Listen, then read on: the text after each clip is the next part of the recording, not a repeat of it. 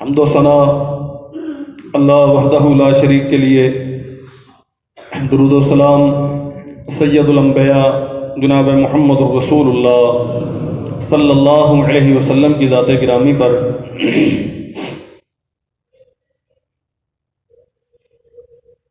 आज 13 दिसंबर 2019, 48 साल कबल 16 दिसंबर 1971 को बैतुल हिकमा एक वाक़या रुए ज़मीन पे वक़ू पज़ीर हुआ था। दुनिया उसे सकूत ढाका के नाम से याद रखती है और शायद बहुत सारे वो हैं जिन्हें ये वाक़या याद भी नहीं होगा। नबी करीम सल्लल्लाहु अलैहि वसल्लम की ज़िंदगी में आपके पास कुछ लोग हाजिर हुए। हज़रत हमें उलमा की एक जमात दीजिए जो दीनी उमूर हमें सिखाए और इस्लाम पे हमारी तरबियत करे। आप सल्लल्लाहु अलैहि वसल्लम ने 70 सहाबा किराम को उनके साथ भेज दिया। अथनाए सफर धोखे से उन सबको शहीद कर दिया गया। 70 सहाबा किराम की शहादत और काफिरों की तरफ से यह धोखा और छुप के किया जाने वाला वार रसूल करीम सल्लल्लाहु अलैहि वसल्लम इस कदर ज्यादा मलूल खातिर हुए, एक महीना पूरा हर नमाज में आखिरी रकात में रुकू के बाद आप सल्लल्लाहु अलैहि वसल्लम उन काफिरों के लिए दुआए कुनूत नाजिला करते रहे, बद्दुआ करते रहे। हमारे लिए ये हादिसा बहसीयत फर्द मिल्लत इस्लाम भी और बहसीयत पाकिस्तानी भी, ये महज एक सियासी इशू या एक किस्सा पारीना तारीखी हकीकत नहीं है। मेरे अजीज भाइयों, आपकी इज्जत पामाल की गई। पूरी इस्लामी तारीख में इतनी बड़ी हसीमत 90,000 अफवाज कैद हुई, कितनी शहादतें हुई, कितनी असमतें पामाल हुई।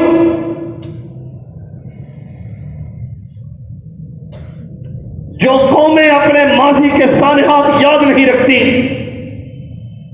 वो मुस्तकबिल के हवादिस से कभी महफूज नहीं हो सकती। अलमिया ये नहीं है कि सकूत ढाका हुआ, इससे बड़ा अलमिया यह है कि हमने इस सकूत से कोई सबक हासिल नहीं किया। वाए नाकामी के बताए कारवां जाता रहा, कारवां के दिल से एहसासे ज़या जाता रहा और समझने के लिए यह कोई पहला वकूआ न था। हमारी तारीख है और बहुत अच्छी तरह समझो ये बात। अगर आपके रिश्ते आपके माजी से मुनक़ते हो गए तो आप कटी पतंग की तरह बेयारो मददगार रहेंगे। रुए जमीन पे कोई जाए पनाह आपको नहीं मिलेगी। आपका माजी ही आपकी असल है और माजी से मुराद मुहम्मद रसूलुल्लाह सल्लल्लाहु अलैहि वसल्लम का तशकील करता वो मुआशरा है जिनके पास इतनी लंबी चौड़ी अफवाज न थी, इतने बड़े बड़े लश्कर न थे, इस कदर ज्यादा वसाइल और टेक्नोलॉजी न थी, लेकिन अल्लाह की कसम जिधर कदम उठाए बड़ी बड़ी सुपर ताकतें उनके कदमों में रेजा रेजा होके गिर गई। सुकूत का यह सिलसिला मैदान है जंग में फतह शिकस्त साथ साथ चलती है। कभी आप गालिब हैं, कभी आप मगलूब हैं। युकातिलून फी सबीलिल्लाह फयक्तुलून व युक्तलून, ये तो अल्लाह का कानून है। कभी आप ऊपर होते हैं, कभी दुश्मन ऊपर होता है। लेकिन सुकूत, अगर हमें शाऊर और तानाई होती, हम अपने नबी की सीरत पढ़ते, हम उन लोगों की सीरत पढ़ते जिनकी जिंदगियों में सिर्फ फतूहात थी, सुकूत का कोई तस्वर न था। कितने 100 साल गुजरे, नबी मोहतरम सल्लल्लाहु अलैहि वसल्लम की जिंदगी, हिजाज सारा इस्लाम के ज़ेरे लगी हो गया। अबू बकर और उमर रज़ी अल्लाहु अन्हुमा, जनाब उमर की खिलाफत के इख्तिताम से पहले सरजमीन शाम सारी, मिस्र सारा, फारस सारा इस्लाम के मातहत आ गया। उस्मान इब्ने अफ़्फ़ान रज़ी अल्लाहु अन्हु के ज़माने में अफगानिस्तान के दरवाजों पर दस्तक दी गई। बर्रे सगीर के बहुत सारे इलाकों को पामाल किया गया, इस्लाम का परचम लहराया गया। और जनाब मुआविया बिन अबी सुफियान रज़ी अल्लाहु अन्हुमा के जमाने में चीन तक फतूहात का सिलसिला दराज हो गया। आज का सेंट्रल एशिया, वस्ती एशियाई रियासतें जो अभी 30 साल पहले सोवियत यूनियन के ज़ेरे कंट्रोल थी, समरकंद और बुखारा तक मोहम्मद रसूलुल्लाह सल्लल्लाहु अलैहि वसल्लम की अज़मतों के परचम लहरा दिए गए। कहीं से कोई सबूत नहीं है। मिल्लत यकजान थी, इख्तिलाफ राय भी था, मफादात का इख्तिलाफ भी था, मुखलिस भी थे, मुनाफिक भी थे। लेकिन जितने मुखलिस थे वो सारे एक बात पे मुत्तफिक थे, जहां अल्लाह का कानून आ गया, मोहम्मद रसूलुल्लाह का फरमान आ गया, वहां कोई मजाल नहीं है। बेशुमार गलतियों, कुताहियों के बावजूद फतूहात के सिलसिले दराज होते गए। वो कहां अक्साए अफ्रीका, तयूनुस और मराकश, अलजज़ायर के आखिरी पानियों तक मोहम्मद अरबी सल्लल्लाहु अलैहि वसल्लम की अज़मत के परचम लहरा दिए गए। पहली बार सुकूत कब हुआ?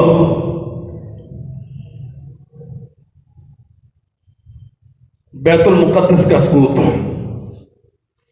यह तारीख़ इस्लाम में पहला सुकूत है। इससे पहले कोई सुकूत नजर नहीं आता।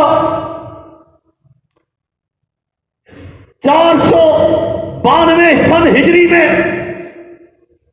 तवाइफुल मुलूकी, अब्बासी खिलाफत कमजोर है। बहुत सारे मुल्क और उनके राजे, उनके नवाब, उनके वडेरे, उनके हुक्मरान खुद मुख्तारी का ऐलान किए हुए, हत्ता के ईसाइयों को यह जुर्रत हुई और 492 हिजरी में हमला करके वो अजीमुश्शान अल्लाह का घर, जिसकी फतहयाबी के लिए उमर बिन खत्ताब रजी अल्लाह अन्हु मदीना से निकल के गए थे, ईसाइयों ने उस पर कब्जा कर लिया। और मैं बहुत इख्तिसार से अर्ज करूंगा, कैफियत ये थी, इतना कत्ल किया गया सरजमीन बैतुल मुक़द्दस में मुसलमानों का। अंग्रेज मुअर्रिख लिखता है, बैतुल मुक़द्दस के सहन में, मस्जिद अक्सा के सहन में, बैतुल मुक़द्दस के गिरदोलवाह में, यरूशलेम की गलियों में, ईदिया के बाजारों में शुहदाए इस्लाम का खून इतनी आसानी के साथ बहाया गया। ईसाइयों के घुड़सवार आते थे तो उनके घोड़ों के सुम टखनों तक उस मुसलमानों के खून में डूब रहे थे। ये तेरी तारीख है। कमोबेश 90 साल बैतुल मुकद्दस ईसाइयों की तस्वुर्द का शिकार रहा। किताबो सुन्नत फिर अल्लाहुल जलाल वल इकराम ने सुल्तान नूरुद्दीन महमूद जंगी के एक गुलाम को यह तौफीक दी। सुल्तान सलाहुद्दीन अय्यूबी 580 या 82 हिजरी में दोबारा आके बैतुल मुकद्दस पे फिर मोहम्मद रसूलुल्लाह की नबूवत का परचम लहराया गया।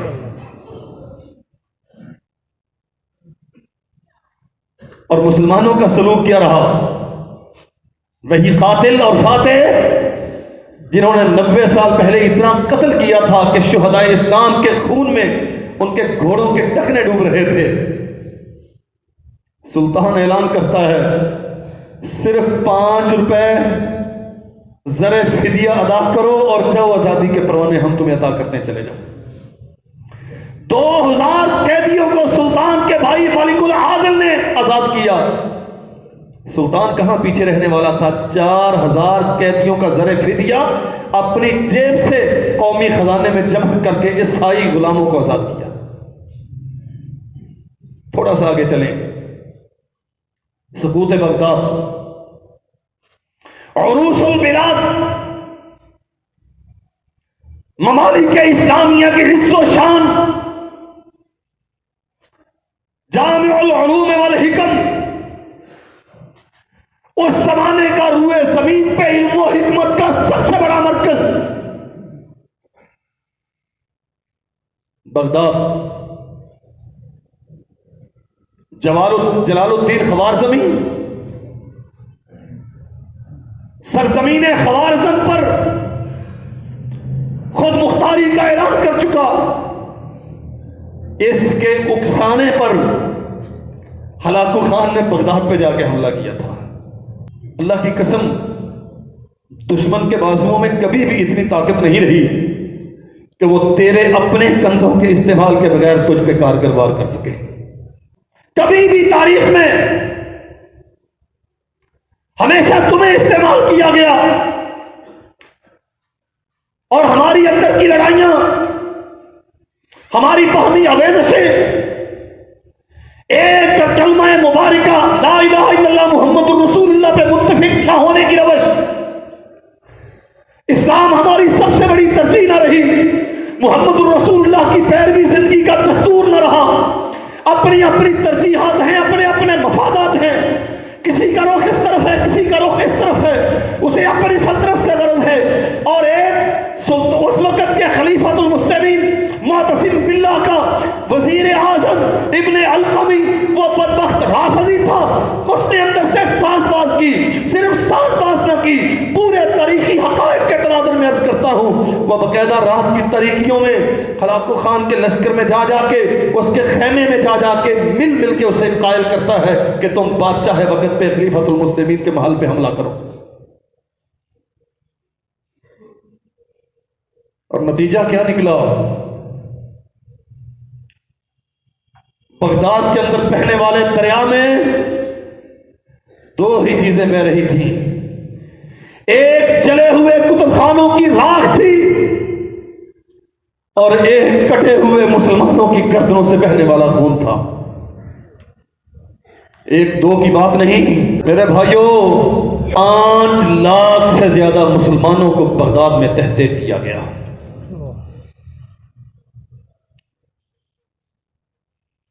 ये लश्कर तो आगे बढ़ रहा है। चंगेज खान की औलाद तो रुकने वाली नहीं।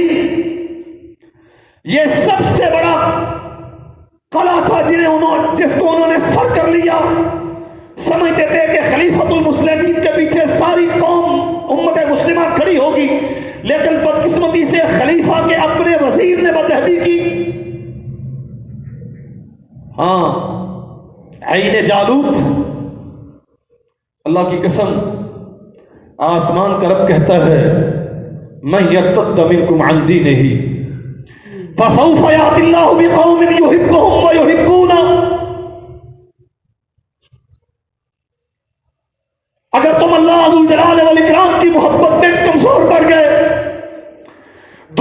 तुम्हारी तरजीह करार पाई, मफादात तुम्हारा मत्मा निगाह ठहरा, तो हम ऐसे लोगों को लाएंगे युहिब्बुहुम व युहिब्बूनहु, जिनकी जिंदगी का सबसे बड़ा मकसद अल्लाह जुल जलाल वल इकराम की मोहब्बत का हुसूल होगा। खलीफतुल मुस्लिमीन वाली बगदाद वो हलाकू खान को न रोक सका। अल्लाह अकबर। हलाकू आगे बढ़ा, सरजमीन फलस्तीन आईने जालूत,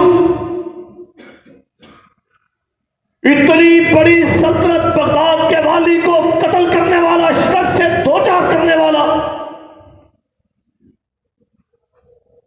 दमिश्क इसके सामने क्या है, शाम इसके सामने क्या हैसियत रखता है। लेकिन अल्लाह की कसम, जब दिल में अल्लाह जुल जलाल वल इकराम की मोहब्बत सब पे फायक होती है ना, रुकनुद्दीन बैबरस इससे पहले शायद इसे जानता कोई नहीं था। चंद हजार लोगों को लेकर इसके मुकाबले में निकला। अल्लाह जुल जलाल वल इकराम ने हलाकू के लश्कर को रुसवा किया और उसके बाद फिर रुए जमीन पे चंगेज की औलाद के कहीं पांव नहीं जमे। मेरे पास वक्त नहीं है कि मैं कंपैरिजन करूं।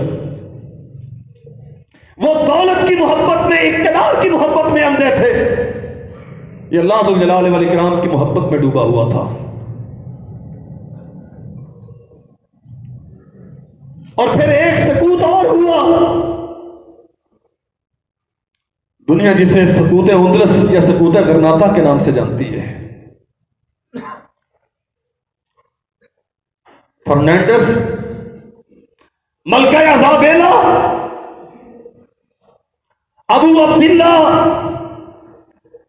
जो इस महल का, गरनाता का, सरजमीन उंदलस का हुक्मरान था।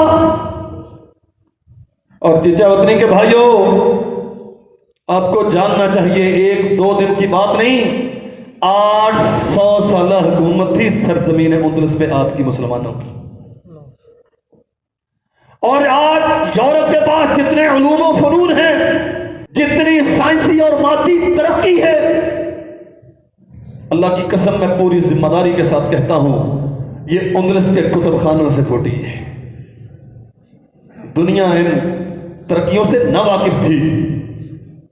सरजमीन उंदलस पे अल्लाह ने वो साइंसदान, मुसलमान साइंसदान पैदा किए, जिन्होंने यूरोप को ये सारा कुछ सिखाया। 800 साल हुकूमत का सूरज गरूब हो रहा है। कैसे? अबू अब्दुल्ला महल से दूर एक पहाड़ की चोटी पे खड़ा होकर गरनाता को देख के आंसू बहा रहा है। और अबू अब्दुल्ला की मां ने कहा था, मर्दों की तरह जिस सल्तनत का दिफा ना कर सका, अब औरतों की तरह उस पर आंसू क्यों बहाता है। और फिर हमने वो सकूत देखा जिसने ला इलाहा इल्लल्लाह मुहम्मदुर रसूलुल्लाह सल्लल्लाहु अलैहि वसल्लम की बुनियाद पर तश्कील पाने वाली सल्तनत को दो टुकड़ों में तकसीम कर दिया। सकूत ढाका, जो तब होशो हवास में थे वो जानते होंगे, हमने तारीख पढ़ी, ये रिश्ता हुआ नासूर है। और अबुल कलाम ने अशरों पहले ये बात कही थी। उनका अपना ख्याल था, पाकिस्तान न बनता तो बर्रे सगीर के मुसलमानों का फायदा था, और अगर पाकिस्तान बन के टूट गया तो इस्लाम का पूरी दुनिया में नुकसान होगा। इस्लाम तो जोड़ता है सारी, जब तक इस्लाम था ना, बात याद रखें, जब तक इस्लाम अहम था, अल्लाह की कसम दुनिया के किसी कोने में कोई कलमा पढ़ने वाला था, वो मिल्लत का हिस्सा था। कभी किसी मसरी ने यह नहीं कहा था कि मदीना की गलियों से पटसन की बू आती है। कभी किसी यमनी ने नहीं कहा था कि यमन के खेतों खलिहान का सारा अनाज मदीना में इस्तेमाल होता है। कभी किसी शामी ने नहीं कहा था कि हमारी सोना उगलती जमीनों का गल्ला सारा मदीना की गलियों में आता है। इसलिए कि यमनी भी इस्लाम के थे, मिस्री भी इस्लाम के थे, शामी भी इस्लाम के थे, मदनी भी इस्लाम के थे। बदकिस्मती ये है हम इस्लाम के न रहे। किताब सुन्नत का दाई बैतुल हिकमा। सुबाई असबियतें, मफादात की जंगें, हुकूमतों की चपकलश, मेरा हक है उसका हक है, उसको गिरा दो उसको चढ़ा दो। जब इस चीज में उलझे तो फिर नतीजा दुश्मन को वार करने का मौका मिला और ला इलाहा इल्लल्लाह मुहम्मदुर रसूलुल्लाह के नाम पे बनने वाले एक ही जिस्म के दो पहलुओं को अलग अलग कर दिया गया।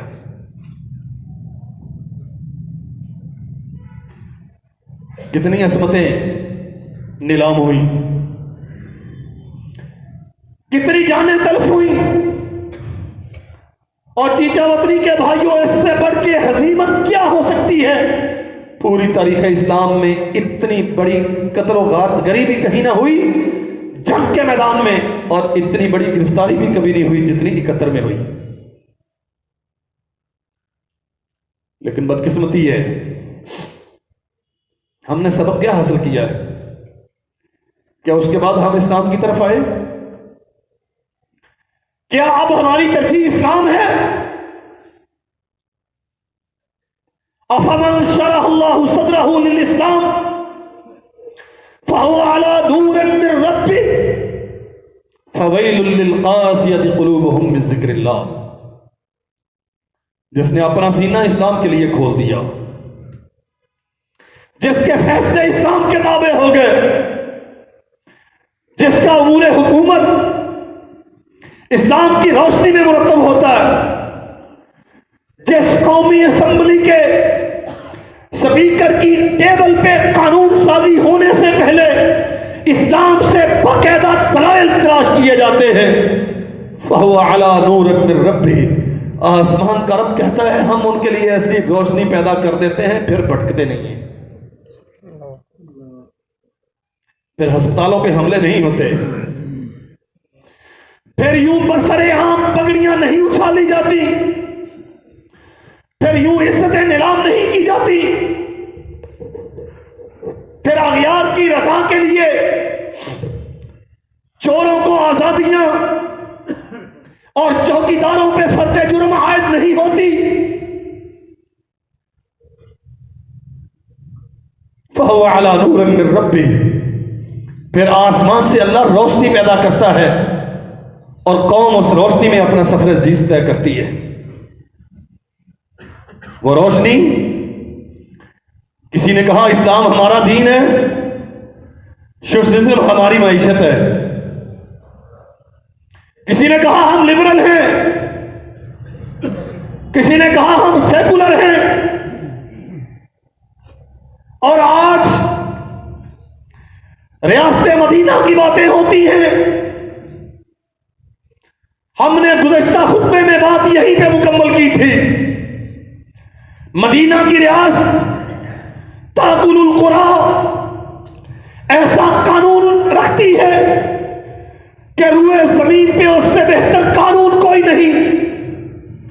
ऐसा निजाम ममलिकत रखती है कि कायनात हस्ती में उससे ज्यादा निजाम ममलिकत और कोई नहीं। और खैरत और हमीयत का वो मयार रखती है। हाँ, गैरत और हमीयत का वो मयार। वल्लाह मैं कभी पीछे मुड़ के देखता हूं तो बड़ा ताज्जुब और हैरानी होती है। ये मेरी ही तारीख है ना, कहां तक पहुंचे मदीने के कानून। चले बर्रे सगीर की बात करता हूं। जनाब फारूक आज़म रजी अल्लाह अन्हु का दौर खिलाफत है और उमर बिन खत्ताब ने सैयदना उस्मान बिन अबी अल-आस सक़फ़ी रज़ी अल्लाहु अन्हु को हुक्म दिया, एक लश्कर मुरतब करो और समंदरों के पानियों को चीरते हुए बर्रे सगीर में जाके कदम रखो।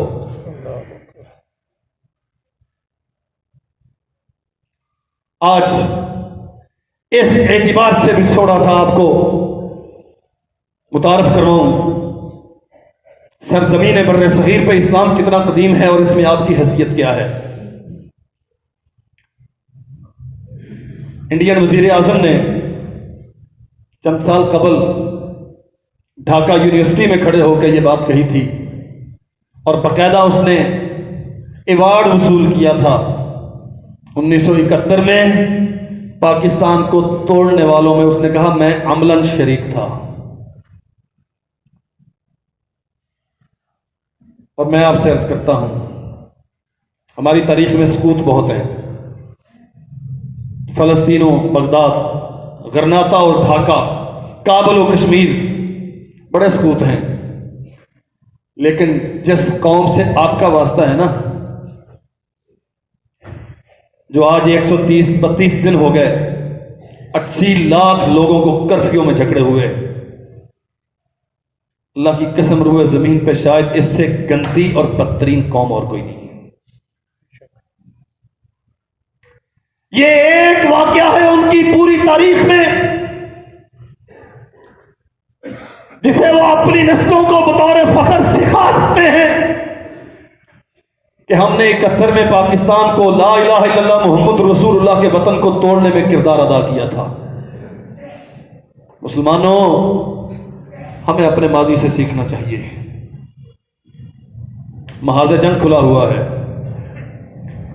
अबू उबैदा इब्नुल जर्राह रज़ी अल्लाहु अन्हु सरज़मीन रूम पे दस्तक दे रहे हैं। साद बिन नबी वक्कास, मुसन्ना बिन हारिसा और बहुत सारे और सरज़मीन फारस पे चढ़े हुए हैं। ऐन अस्ना में उमर बिन खत्ताब ने जनाब उस्मान बिन अबी लास को हुक्म दिया, उस्मान, और बात समझिएगा जरा, सबब क्या था? जहांगीरी का शौक था, हुकूमतें चाहिए थी, इक्तदार की वसअतें मतलूब थी, माल ज़र की ख्वाहिश थी। इब्न सकन ने कहा था घोड़े पे सवार है, फतूहात पे फतूहात हैं।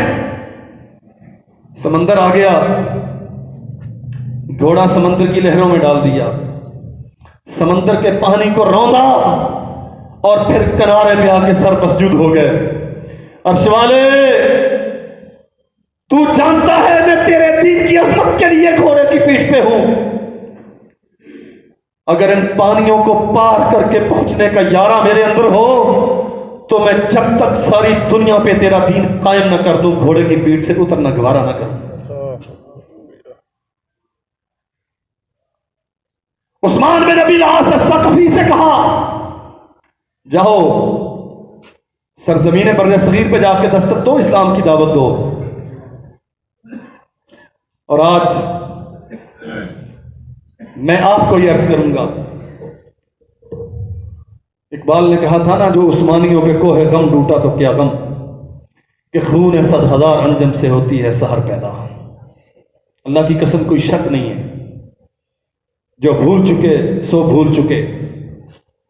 अगरचे हमने वो सानिहा देखा नहीं कि 10 साल बाद पैदा हुए थे, लेकिन तारीख में पढ़ा है और तारीख की सिस्कियां याद हैं। लेकिन एक बात पे कामिल भरोसा है, जनाब मोहम्मद रसूलुल्लाह सल्लल्लाहु अलैहि वसल्लम ने ज़मानतें दी हैं, रुए ज़मीन पे अल्लाह की तौहीद का परचम लहराएगा इंशाअल्लाह। मेरी तारीख ये है, गम बहुत है, लेकिन हजार खराबियों के बावजूद ढाका आज भी इस्लाम का ढाका है। मस्जिद बैतुल मुकर्रम के मीनारों से आज भी अल्लाहु अकबर की सदाएं बुलंद होती हैं। सलहट के चौकों चौराहों में आज भी मोहम्मद और अब्दुर्रहमान के नामों की पुकार सुनाई देती है। मीरपुर और राजशाही के गली बाजारों में आज भी मोहम्मद अरबी के कलमा पढ़ने वाले मौजूद हैं। हाँ, जो उस्मानियों पे कोहे गम टूटा तो क्या गम, कि खून 100,000 अंजम से होती है सहर पैदा। हम बताना चाहते हैं दुनिया को, ढाका सकूत के बाद भी मोहम्मद अरबी का ढाका है, अल्लाह के नाम देवाओं का धागा है। हाँ, इंशाअल्लाह इंशाअल्लाह सरजमीन हिंद को इस्लामियान ने पहले भी रौंदा था, अब भी रौंदेंगे। किताबो सुन्नत का दाई बैतुल हिकमा। करमान और मकरम के साहिलों पर मोहम्मद रसूलुल्लाह के नाम लेवा उतरते हैं। दौरे फारूक आजम में उस्मान बिन अबी आस, हकम बिन अबी आस सक़फ़ी रज़ी अल्लाहु अन्हुमा, और आज के हिंदुस्तान का इलाका गुजरात रियासत है पूरी, उसका एक इलाका था थाना, आज भी मौजूद है, बहड़ोच उसका इलाका था। यहाँ इन्हें फतह करके इस्लाम की अजमत के परचम लहराए गए। हाँ, फिर सुहेल बिन अली, हकम बिन अमर तगलबी रज़ी अल्लाहु अन्हुमा वो आए और रन कच्छ का इलाका फतह करके मोहम्मद अरबी की अजमत के परचम लहराए। जनाब उस्मान इब्न अफ़्फ़ान रज़ी अल्लाहु अन्हु के ज़माने में बलोचिस्तान और सजिस्तान पे हमले किए गए, इस्लाम की दावत पेश की गई। जिन्होंने मान ली वो मुशर्रफ़ इस्लाम हुए, जिन्होंने न माना उस्मान इब्न अफ़्फ़ान के भेजे हुए इस्लामी लश्करों ने उनके साथ मार का एक कारज़ार कर्म किया, और चश्मे कायनात वो तमाशा देखती रही। सजिस्तान को ताराज किया गया, और आज का कल्लात ये तब भी मौजूद था। उस्मानी दौरे हुकूमत में कल्लात को भी फतह करके इस्लाम में शामिल कर लिया गया। हम इतने कमजोर नहीं हैं, बहुत जख्म है, बहुत दाग है मेरी तारीख में, लेकिन अल्लाह की कसम रोशनी के हुसूल के लिए बहुत चिराग भी है। सुकूत के बड़े बड़े सानियात हैं, लेकिन वो इबरत और सबक के लिए दादे शुजाअत की बड़ी दास्तानें भी हैं। फातबिरू या उलिल अब्सार, काश के कोई समझने वाला हो। उस्मानी दौरे हुकूमत में बलोचिस्तान का बहुत सारा इलाका मोहम्मद रसूलुल्लाह के मानने वालों ने फतह किया। अलवी दौरे हुकूमत आप जानते हैं, बाहमी खलफशार का, अवेज़ लड़ाइयों का दौर था। मुआविया बिन अबी सुफियान रज़ी अल्लाहु अन्हुमा के ज़माने में अब्दुल्ला बिन सवार अब्दी 47 हिजरी में कल्लात के बचे खुचे इलाकों में आके हमला आवर हुए और दादे शुजाअत देते हुए यहीं पे शहीद होके मदफून हुए। सरजमीन बर्रे सगीर, और फिर मुहल्लब बिन नबी सफर आसदी, अबुल यमान, बलोचिस्तान के इलाके खुसार पे सिंध के बहुत सारे इलाकों को तराज करते हुए खुसार तक पहुंचे, और अल्लाह दुल जलाल वल इकराम की तौहीद की अज़मत के फरेले वहां लहराए। और फिर वलीद बिन अब्दुल मलिक उमवी के ज़माने में मोहम्मद बिन कासिम की आमद, ये तो सारी दुनिया जानती है, ये तो सारी दुनिया जानती है। और उसके बाद एक तवील सिलसिला है, सुल्तान महमूद गजनवी, लाहौर की फतह, पेशावर की फतह, और सोमनाथ के मंदिर की दास्तानें तो सुन रखी होंगी। लाहौर कहां है और सोमनाथ कहां है, कितने लंबे इलाके थे। 17 हमले सुल्तान महमूद गजनवी के, और मैं नौजवानों से बिलखुसूस अर्ज करूंगा, अव्वलन तो हम अपनी हिस्ट्री से वाकिफ नहीं, और अगर कुछ ना कुछ दिलचस्पी हो तो हम तारीख लेते हैं नेट से, और नेट पे तारीख वो आती है जो ट्रांसलेट होके अंग्रेज ने हमें दी है, ट्रांसलेट करके हमें अंग्रेज ने दी है। वो कहता है मोहम्मद बिन कासिम भी गासिब था, महमूद गजनवी भी गासिब था, लुटेरा था, और याद रखो अल्लाह की कसम, ना इब्ने कासिम गासिब था। अगर मोहम्मद बिन कासिम गासिब होता, जाओ सिंध के दरो दीवार जाके खंगालो। मैंने अल्लाह के फजल से बहुत सारे आसार सरजमीन सिंध पे देखे, इल्मे हदीस के मदारस कायम किए, तफसीर की मदरसे कायम की, और बड़ी बड़ी दीनी दरसगाहें कायम की। जो लुटेरे होते हैं वो मुहद्दिसीन के नक्शे कदम पे नहीं चला करते, जो लुटेरे होते हैं वो सोमनाथों को नहीं तोड़ा करते हैं, वो बुतों को तोड़ते नहीं हैं, वो बुतों को बेचते हैं। और सुनो तेरी तारीख क्या है, सुल्तान महमूद गजनवी के बाद फिर शहाबुद्दीन गौरी, खुद तो फतह करके वापस चले गए, कुतुबुद्दीन ऐबक यहीं पे रहे। जाओ आज भी पुरानी अनारकली लाहौर में जाके देखो, वो अल्लाह का बंदा सो रहा है, कुतुबुद्दीन ऐबक। फिर जलालुद्दीन खिलजी, अलाउद्दीन खिलजी, इब्राहिम लोदी, सुल्तान अत्तमुश, फिर जहीरुद्दीन बाबर, फिर शेर शाह सूरी और औरंगजेब आलमगीर। ये एक लंबी दास्तान है। दौरे फरूक आजम से शुरू हुआ सिलसिला, मकरान के साहिलों से फतूहात का आगाज हुआ, हत्ता कि एक मरहला वो भी आया, अहमद शाह अब्दाली वो चढ़ा, अफगानिस्तान से निकला और आपके मुल्तान के रस्तों को, इन सारे इलाकों को ताराश करता हुआ दिल्ली के ऐन करीब आज के सूबा हरियाणा के मैदान पानीपत में उतरा। 1 लाख से ज्यादा मरहटों को पैबंदे खाक करके सरजमीन दिल्ली पे मोहम्मद रसूलुल्लाह की अजमत का परचम लहराया।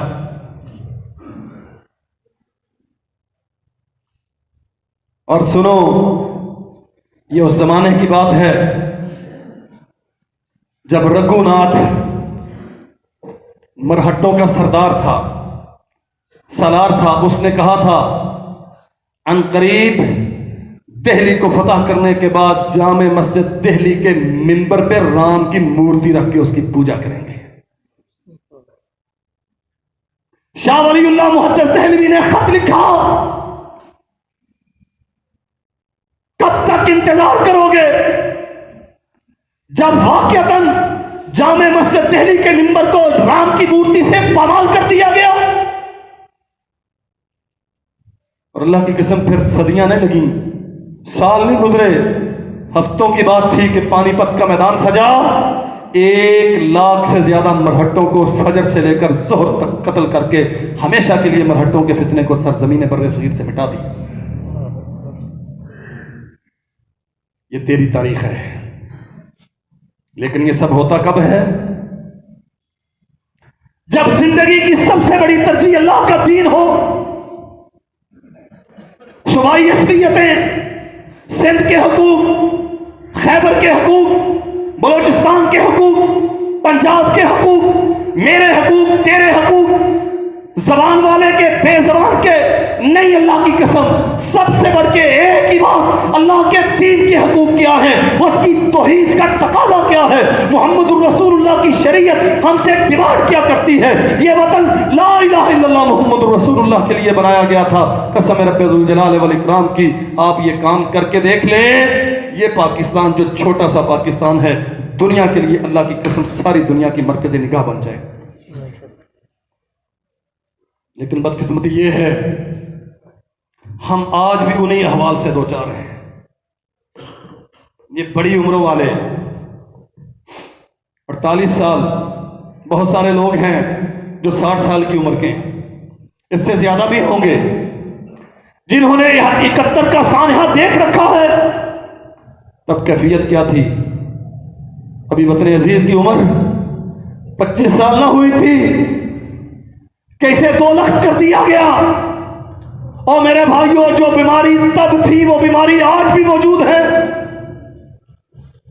जो बीमारी सकूत बगदाद में थी, जो बीमारी सकूत फलस्तीन में थी, जो बीमारी सकूत अंदलुस में थी, जो वही बीमारी जो सकूत ढाका में थी, वही बीमारी जो सकूत काबिल में थी, वही बीमारी जो आज से 135 दिन कबल सकूत कश्मीर और श्रीनगर में थी, वही बीमारी आज पाकिस्तान में मौजूद है। हुक्मरान आपस की लड़ाइयों में उलझे हुए हैं। सियासतदान कोई करप्शन करने के लिए, कोई करप्शन बचाने के लिए एक दूसरे की पगड़ियां उछालने पर, और उलमा सुभान अल्लाह, मैं क्या अर्ज करूं। और मेरे भाइयों, अल्लाह की कसम, सारे अपनी अपनी तरजीहात को छोड़ के उसे अपनी तरजीह बनाओ जो दुनिया में भी तुम्हारे लिए इज्जत का बायस है, आखिरत में भी कामयाबी की जमानत है। और वो क्या है? इल्ला तनफिरू युअज़्ज़िबकुम अज़ाबन अलीमा व यस्तब्दिल कौमन गैरकुम वला तज़ुर्रुहु शैया।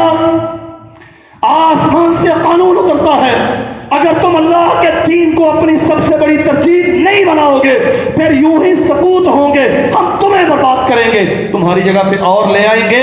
और फिर चैलेंज किया है, वला तज़ुर्रुहु शैया, तुम अल्लाह का क्या बिगाड़ोगे? अल्लाह की कसम, कुछ नहीं गया। हमें अपनी सिमत दुरुस्त करना है हर जगह पे, हर सतह पर। किताबों मैं एक से मस्जिद का मुक्तदाई मौलवी होने की हैसियत में, आप एक कारोबारी होने की हैसियत में, स्कूल टीचर हैं, खेतों खलियान सजाते हैं, मजदूर हैं, अपनी जिंदगी की सबसे बड़ी तरजीह अल्लाह रुल जलाल वल इकराम के दीन को बनाएं। अल्लाह वो इज्जतें अता करेगा कि सारी दुनिया में तुम्हारी अजमत और फतह के प्रेरे लहराएंगे। अल्लाह हमें समझने की तौफीक अता फरमाए।